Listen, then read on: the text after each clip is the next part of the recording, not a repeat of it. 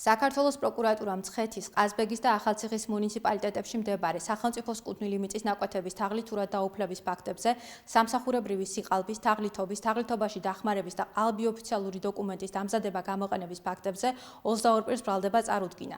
ფინანსთა სამინისტროს საგამოძიებო სამსახურში ჩატარებული გამოძიებით დგინდება, რომ 2020-2024 წლებში მცხეთის, ყაზბეგის და ახალციხის მუნიციპალიტეტებში მიწის სისტემური რეგისტრაციის რეფორმის ფარგლებში ბრალდებულებმა საჯარო რეესტრის ეროვნულ სააგენტოს მიმართეს და ადგილობრივი მუნიციპალიტეტის ტერიტორიაზე მდებარე უძრავი ქონების მათ სახელზე დარეგისტრირება მოითხოვეს.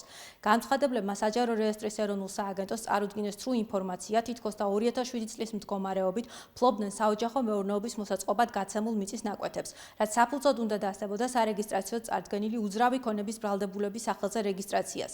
ამავდროულად რიგ შემთხვევაში სარეგისტრაციო წარმოების მიმდინარეობისას მუნიციპალიტეტის მერის წარმომადგენელმა თანასოფლელების სასარგებლოდ ყალბი ინფორმაცია მიაწოდა საჯარო რეესტრის ეროვნულ სააგენტოს და დაუდასტურა ბრალდებულების და მათი ოჯახის წევრების მიერ სარეგისტრაციოდ მოთხოვნილი მიწის ნაკვეთების 2007 წლამდე ფლობის ფაქტი.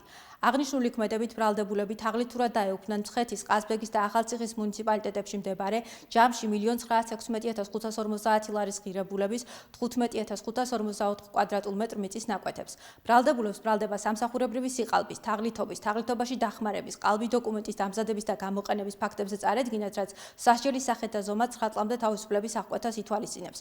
გარდა აღნიშნულისა, საქართველოს პროკურატურამ უკანონო სამეწარმეო საქმიანობის, უკანონო შემოსავლის ლეგალიზაციის და ყალბის საგადასახადო დოკუმენტების დამზადება გამოყენების ფაქტებზე სისხლისამართლებრივი დევნა 8 პირის, მათ შორის 2 იურიდიული პირის მიმართ დაიწყო.